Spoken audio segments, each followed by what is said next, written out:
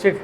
Factor affecting the friction, इसमें क्या बोलता है भैया कि जो फ्रिक्शन है ना वो किस पे डिपेंड करता है, सरफेस पे डिपेंड करता है, सरफेस पे नीचे पे डिपेंड करता है फ्रिक्शन। आप समझो कि एक ऐसा सरफेस जिसमें खुरदरापन ज़्यादा है तो उस पर तुम्हारा फ्रिक्शन ज़्यादा होगा और गिरने की संभावना कम होगा।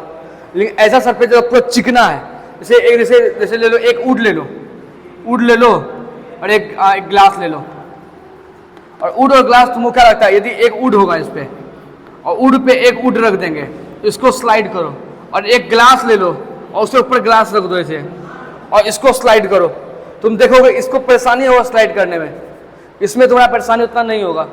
तो क्योंकि जो तुम्हारा वुड है और ये दोनों का जो है नेचर अलग अलग है, ठीक है। एक्चुअली इसको समझने के लिए एक टर्म होता है, उसको बोलते हैं एडिसिव फोर्स। नाम सुना है कभी? Adhesive force. एडिसिव फोर्स क्या होता है? दो प्रकार का फोर्स होता है, वो बताते हैं। बता दे क्या? छोड़ दे। दो प्रकार का फोर्स, एक होता है कोहेसिव फोर्स और एक होता है एडिसिव फोर्स।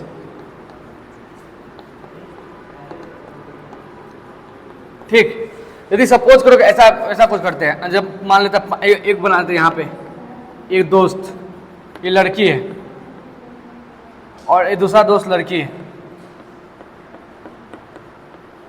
इन दोनों पे हाथ पकड़ा हुआ है, तो ये पकड़ा हुआ फोर्स है यहाँ पे, तो ऐसा फोर्स को बोलते हैं कोहेसिव फोर्स। जब दो सेम नेचर का मटेरियल के साथ हो, जब दो सेम मटेरियल हो के बीच में, जब दो सेम मोलिक्यूल्स या दो सेम एटम के बीच में फोर्स लग रहा है ना, उसको बोलते हैं कोहेसिव फोर्स। ठीक, जैसे पानी है, पानी और दूसरा पानी ले आओ, पानी का बूंद, तो तुम देखना दोनों पानी का बूंद मिल करके एक पानी का बूंद बन जाएगा। ऐसे दोनों पानी का बूंद मिलकर क्या बन जाएगा? एक पानी का बूंद, बिकॉज ऑफ दिस फोर्स। तो दोनों सेम मोलिक्यूल्स है, दोनों में H2O मोलिक्यूल्स है, और दोनों H2O मोलिक्यूल्स मिल करके क्या बन जाएगा? एक बूंद बन जाएगा। तो यहाँ पर जो फोर्स काम कर रहा है ना, तो क्या बोलते हैं? कोहेसिव फोर्स बोलते हैं। क्या बोलते हैं? Cohesive force. समझ में आया? जब कोहेसिव फोर्स, जब हाँ, जब दो सेम बिंदु, दो सेम बूंद जो है पानी का मिल जाए तो कोहेसिव बोलते हैं। लेकिन क्या होता है ना कि जब लड़की लोग बाल धोती है ना, तो बाल है ना चिपक जाता है, जब चिपक जाता है ना, तो क्या होता है? पानी जो है बाल के साथ, पानी दो, एक बाल है और दूसरा पानी है, तो एक क्या तुम्हारा बाल है, ये बाल है, हेयर, और जब पानी है तो ये दोनों में से चिपका हुआ है, पानी का बूंद, और ये भी चिपका हुआ है ना, और ये साथ साथ बहुत सारा बाल को चिपका दे रहा है बिकॉज ऑफ पानी का बूंद। तो यहाँ पर जो बाल चिपका हुआ है ना, जिस फोर्स के कारण चिपका हुआ है, उसका नाम एडिसिव फोर्स है। क्या नाम है? Adhesive force. बाल एकदम चिपक जाता है, पानी में डालो पूरा बाल चिपक जाएगा। तो वहां पर क्या है? एडिसिव फोर्स कहाँ काम करता है? जब दो डिफरेंट मटेरियल हो, क्या काम करेगा? जो डिफरेंट मटेरियल क्या काम करेगा? एडिसिव फोर्स काम करता है। ठीक है। जब दो सेम मटेरियल, पानी का मोलिक्यूल्स है, जब दोनों सेम मोलिक्यूल्स है तो एडिसिव फोर्स काम नहीं करता। ठीक है। तो वहां कोहेसिव फोर्स काम करता है। जैसे गोंद होता है, फेविकोल वगैरह होता है, तो देखना फेविकोल में लिखा होगा एडिसिव इन नेचर। फेविकोल का बोतल में देखना लिखा होता है एडिसिव, लिखा होता है ना। तो एडिसिव फोर्स मतलब क्या? फेविकोल क्या करता है? फेविकोल एक मटेरियल हो गया और फेविकोल से हमारा लकड़ी चिपका रहे हैं, फेविकोल से क्या करें? लकड़ी चिपका रहे, लकड़ी दूसरा मटेरियल हो गया, फेविकोल दूसरा मटेरियल, दोनों चिपक जाता है। तो दोनों बीच में जो फेविकोल और लकड़ी के बीच में जो फोर्स लग रहा है ना, उसको बोलते हैं एडिसिव फोर्स। समझ में नहीं आया? समझ में? मैं दो फोर्स बताया, एक कोहेसिव जो सेम मटेरियल में लगेगा, एडिसिव तो डिफरेंट मटेरियल में लगेगा। ठीक है। दो डिफरेंट मटेरियल में फोर्स लगेगा। तो सिंपली क्या होता है ना, ये समझ में आके मिटा दे। अब दो सपोज ये लड़की है, फोर्स लगा रहा है एडिसिव कोहेसिव फोर्स, और यहाँ पे लड़का आ जाए, ये लड़का है, इसका हाथ पकड़ लिया, अब ये फोर्स है, इसको बोलते हैं क्या? Adhesive force. लड़की कोहेसिव, लड़का लड़की, ये लड़का, ये दोनों लड़की। ठीक है, क्लियर ये बात? कोहेसिव। तो यहाँ पे जो मॉलिक्यूल्स है ना, एक्चुअली थोड़ा डिफरेंट नजरिया सोचने की कोशिश कर रहे हैं, डिफरेंट नजरिया देख रहे हैं कि ये जो तुम्हारा ये सरफेस है, और इसके ऊपर एक सरफेस है, तो ये हमारा वुड का बना हुआ है, और ये कुछ फ्लोर है, जमीन है पत्थर का। तो दो डिफरेंट मटेरियल है, इसके बीच में जो ये जो यहाँ पे है ना, यहाँ पे एक फोर्स लगा है, इसको बोलते हैं एडिसिव फोर्स।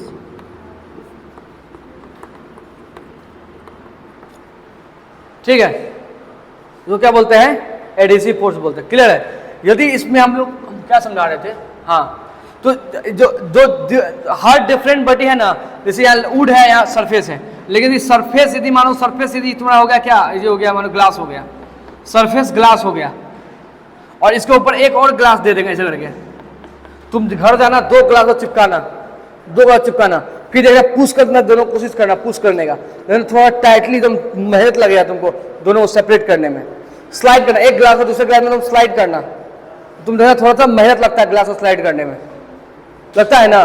जैसे तुम किसी कांच का है उसमें अपना हाथ से स्लिप कराने की कोशिश करना, देखा हाथ बड़ा फंसेगा, पट पट फंसेगा, एकदम स्मूथली स्लाइड नहीं होगा, क्योंकि वहां पे जो एडिसिव फोर्स है वो डिफरेंट है। यहाँ पे जो एडिसिव फोर्स है, एडिसिव फोर्स ये यहाँ पे स्ट्रॉन्गर है, यहाँ पे थोड़ा वीक है, तो डिफरेंट मटेरियल में डिफरेंट एडिसिव फोर्स होता है।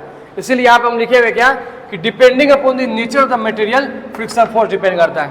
तो ग्लास का एडिसिव फोर्स कुछ और होगा, इसका एडिसिव फोर्स कुछ और होगा। तो because of different material have different adhesive force, because of different material have different, because of यहाँ पे दो सरफेस है, दोनों सरफेस डिफरेंट है, यहाँ का 2 सरफेस डिफरेंट है, तो दोनों सरफेस का यहाँ कंटैक्ट है डिफरेंट है, तो दोनों का कंटैक्ट में जो फोर्स लग रहा है वो डिफरेंट है, इसीलिए फ्रिक्शन फोर्स दोनों में क्या है डिफरेंट है। समझ में आ गया? एडिसिव फोर्स समझ में नहीं आया तो उसको ऐसा करके मिटा दो, नहीं समझ में आया तो मिटा दो और भूल जाओ। बस इतना याद रखना कि डिपेंड किस पे करता है, नेचर ऑफ द मटेरियल पे डिपेंड करता है, इतना याद रहेगा ना। Is depend upon the nature of material, different material have दो डिफरेंट मटेरियल है कांटेक्ट में, तो डिफरेंट फ्रिक्शन होगा। क्लियर है बात? चलो रीजन में बता दिए, adhesive force is the reason. ठीक है, नहीं याद आता है तो कोई दिक्कत वाली बात नहीं है, तुम लोग बुक में नहीं है। ठीक है, ठीक है। Depending upon the normal force, normal force जितना ज्यादा होगा ना, यहाँ लिखिए नॉर्मल फोर्स यदि बढ़ाएंगे बढ़ेगा तो फ्रिक्शन भी बढ़ देगा। नॉर्मल फोर्स जितना ज्यादा हो, नॉर्मल फोर्स क्या होता है तुम सिंपली सोचो, देखो इसको यहाँ पे ऐसे रखे हुए हैं, इसको ऐसे रखे हुए हैं, तो ये नीचे जाने की कोशिश कर रहा है कि नहीं कर रहा है? नीचे जा पा रहा है? नहीं, इसका मतलब पक्का इसको कोई फोर्स है जो ऊपर लग रहा होगा। बताए ना, यदि कोई चीज रुका हुआ है और उस पर फोर्स लग रहा है, इससे फोर्स लग रहा है कि नहीं लग रहा है? बताओ, ग्रेविटी फोर्स लगा रहा है ना। यदि कोई चीज रुका हुआ है, उस पर फोर्स लगा रहा है, पक्का ना पक्का नेट फोर्स 0 होगा, पक्का ना पक्का नेट फोर्स 0 होगा। यहाँ पे लग रहा है, इधर नीचे की ओर क्या लग रहा है? ग्रेविटी, तो पक्का ऊपर की ओर कुछ फोर्स लग रहा होगा। जो ऊपर की ओर फोर्स लग रहा है वही नॉर्मल फोर्स है, वही क्या है? नॉर्मल। नीचे क्या लग रहा है? ग्रेविटी mg, तो ऊपर क्या लगेगा? नॉर्मल फोर्स लगेगा। और नॉर्मल फोर्स हमेशा कैसा लगेगा? परपेंडिकुलर लगेगा। Normal force always acts perpendicular to the surface. जो ये सरफेस है इसके ठीक 90 डिग्री पे, ठीक 90 डिग्री पे क्या लग रहा है? नॉर्मल फोर्स लग रहा है। ठीक है, और वही बात लिखे है, नॉर्मल फोर्स बढ़ाएंगे तो फ्रिक्शन बढ़ेगा, कोई दिक्कत नहीं। यहां बोलेंगे it also depend on the how we hard press the surface. हम लोग कितना जोर से सरफेस को प्रेस करते हैं। सपोज ये सरफेस है, इसको आला में ठेल दिए, कोई दिक्कत नहीं, लेकिन कोई इंसान आगे ऐसे दाब दे, अब बोले अब ठेल के दिखा तो क्या अब तुमको ज्यादा दम लगाना पड़ेगा तो ठेलने में? उसको मौसम डालने ज्यादा दम लगाना पड़ेगा नहीं लगाना पड़ेगा? बताओ, लगाना पड़ेगा। दैट मींस का फ्रिक्शन फोर्स क्या हो गया? बढ़ गया। तो जितना ज्यादा हम प्रेस करेंगे तो उसका फ्रिक्शन फोर्स उतना ज्यादा बढ़ेगा। वही बात लिखा हुआ है। जैसे जैसे ये फोर्स एफ है, as we increase the force F, ये जैसे जैसे ये जो फोर्स लगा रहे हैं, ये वाला जो फोर्स लगा जैसे इंक्रीज करेंगे, ये क्या होगा? इसका फ्रिक्शन भी इसका बढ़ेगा। फ्रिक्शन बढ़ेगा तो फोर्स ज्यादा लगेगा मोशन देने के लिए।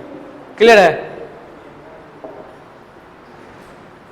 ठीक है, अब एक छोटा टॉपिक बच गया कि फ्रिक्शन दोस्त कैसे है और दुश्मन कैसे है। ठीक है, इसमें नोट्स वोट्स किताब में लिखा हुआ पढ़ लेना, बस बता देते क्या है। फ्रिक्शन सहायता करता है चलने में, वॉल्किंग में सहायता करता है। फ्रिक्शन नहीं होगा तो चल नहीं पाएंगे। ठीक है, फ्रिक्शन नहीं होगा तो चल नहीं पाएंगे। जो तुम्हारा जो पेन से तुम लिख रहे हो, जो पेन से लिख रहे हो, यहाँ पे हम लिख रहे हैं बिकॉज ऑफ फ्रिक्शन। यदि फ्रिक्शन नहीं हो तो स्लाइड कर जाएगा चीज, फ्रिक्शन नहीं हो तो स्लाइड कर जाएगा। ठीक है, बस समझ में आ रहा है? तो फ्रिक्शन क्या करता है? हेल्प करता है, वाकई में हेल्प करता है। यही सब तुम्हारा दोस्त है, इसीलिए फ्रिक्शन। दुश्मन क्यों है? तो फ्रिक्शन के कारण हीट प्रोड्यूस होता है। क्या प्रोड्यूस होता है? हीट प्रोड्यूस होता है। जैसे मशीन चलाते रहते हैं, गर्म हो जाता है मशीन। क्यों गर्म होता है? Because of friction, because of friction.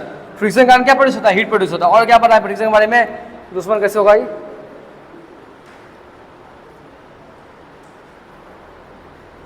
और किताब देख लें, याद नहीं आ रहा है कुछ क्या हो और कैसे दुश्मन हो सकता है मेरा, वो बता कैसे हो सकता है। हाँ, एक तो भैया मशीन जो चला रहे हैं हीट पैदा लेता है, हीट जो मशीन हीट पैदा करने चलाती है कि मशीन का काम करवाने के लिए चलाती है, काम करवाने के लिए। जैसे मान आटा पीसने वाला मशीन है तो हम चाहते हैं सिर्फ आटा पीसे, गर्म न करे, लेकिन मशीन गर्म हो जाता है। क्यों गर्म होता है? क्योंकि जो व्हील होता है, व्हील के बीच में क्या है, दो व्हील में टकराते, ऐसे घूमते रहता है व्हील, तो व्हील में क्या है, कंटैक्ट है, और जहाँ कंटैक्ट होगा तो वहाँ पे फ्रिक्शन है, और जहाँ फ्रिक्शन फोर्स होगा, तुम देखो ना ऐसे पूरा गर्म हो रहा है हाथ, करो दो से करो तो हाथ पूरा गर्म हो जा रहा है, because of friction force, because of friction force. Friction force के पास पूरा हीट प्रोड्यूस हो जा रहा है। तो जब भी बॉल कंटैक्ट में रहेगा तो फ्रिक्शन फोर्स होगा और फ्रिक्शन के कारण हीट प्रोड्यूस होगा। तो ये हमको नहीं चाहिए, ये हम नहीं चाहते हैं। ठीक है, और कुछ देखते किताब में क्या क्या लिखा हुआ है।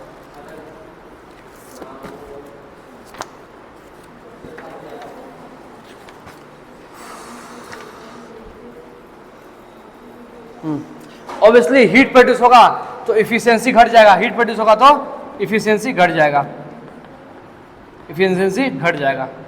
कहने का क्या मतलब, जिस मान 1 लीटर पेट्रोल डाले, 1 लीटर पेट्रोल डाले, उसमें 1 घंटा मशीन चल रहा है, तो यदि फ्रिक्शन नहीं होता था तो और बहुत देर तक चलता और जीवन भर चलते रह जाता।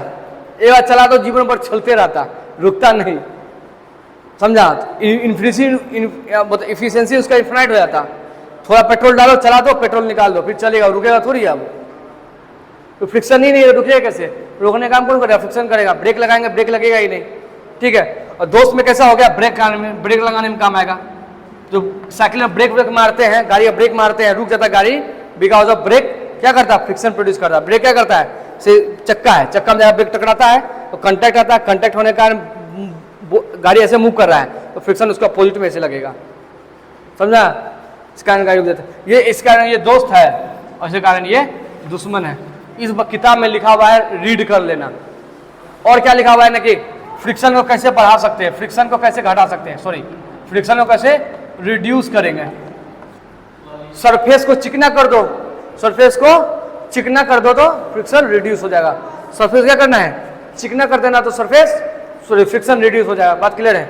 सरफेस को चिकना कर दो तो फ्रिक्शन रिड्यूस हो जाएगा, पहला बात। हाँ, चिकना करने के लिए क्या कर सकते हो, लुब्रिकेंट लगा दो, ऑयल लगा दो, ये सब लगा दो, ठीक है, कोई दिक्कत। वो फ्रिक्शन राइजेस क्यों होता है, रफनेस के कारण। रफनेस हटा दो तो फ्रिक्शन खत्म हो जाएगा, ठीक है।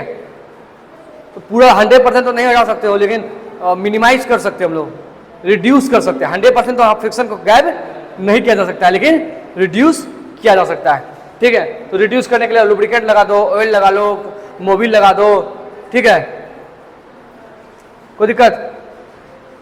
जैसे तो कोई चीज को तुम स्लाइड करो, जैसे ये है, इसको फोर्स लगा देते, इसको थोड़ा सा दिक्कत लग रहा है फोर्स आने में, लेकिन इसको यदि हम इस चौक ये रोल ये है इस पर करेंगे तो अभी ये आराम से राइड हो जाएगा।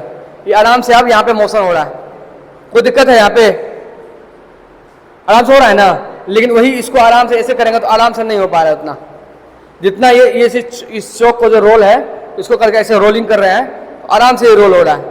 तो क्या इसलिए क्या बोल सकते हैं कि रोलिंग फ्रिक्शन जो होता है ना, रोलिंग फ्रिक्शन कम होता है स्लाइडिंग से, समझा। रोल करना चीजों को आसान है इसलिए स्लाइड करने की तुलना में। इसलिए साइकिल जो होता है ना, साइकिल जैसे ही चक्का है, उसके अंदर देखना ऐसे और चक्का होता है, और इस चक्का के बीच में यहाँ पे ऐसे गोल गोल गोल गोल ऐसे करके बैरिंग लगा होता है, तो बॉल बैरिंग लगाते हैं उसको। चक्का में देखना, कोई खोलना गोल गोल छोटा छोटा छोटा गुली गुली गुली होता है ना, तो बॉल बैरिंग क्यों लगाता है, क्योंकि बॉल बैरिंग क्या होता है, रोलिंग फ्रिक्शन प्रोवाइड करता है, और रोलिंग फ्रिक्शन क्या होता है, स्लाइडिंग फ्रिक्शन से कम होता है। इसलिए स्लाइड करना मुश्किल है, यदि हम रोल करेंगे ऐसे करके तो आराम से रोल हो जाएगा, ठीक है। तो ये तरीका हो गया reducing of friction. Reducing of friction का क्या तरीका हो गया, रोलिंग फ्रिक्शन लगा दो, बॉल लगा दो, बॉल बैरिंग लगा दो, तो फ्रिक्शन क्या रिड्यूस हो जाएगा। और समझ में आ रहा बात। तो ये सब है, ये सब किताब में एकदम रीडिंग मार लेना एक बार, कुछ ज़्यादा समझाने वाला चीज़ है नहीं, जो थोड़ा बहुत समझाना था समझा दिए, कोई दिक्कत। रीड कर लोगे ना, नहीं करोगे नहीं समझ में आएगा तो ठीक है बोलना, फिर हम समझा देंगे, पढ़ा देंगे, ठीक है। उतना लिखेंगे वे ही पूरा थक जाएंगे हम लिखते लिखते, बात क्लियर है ना। सो इसी प्रकार श्री सत्यनारायण कथा ऑफ फ्रिक्शन समाप्त। आप सभी प्रसादी लेकर के घर जाएं। ठीक।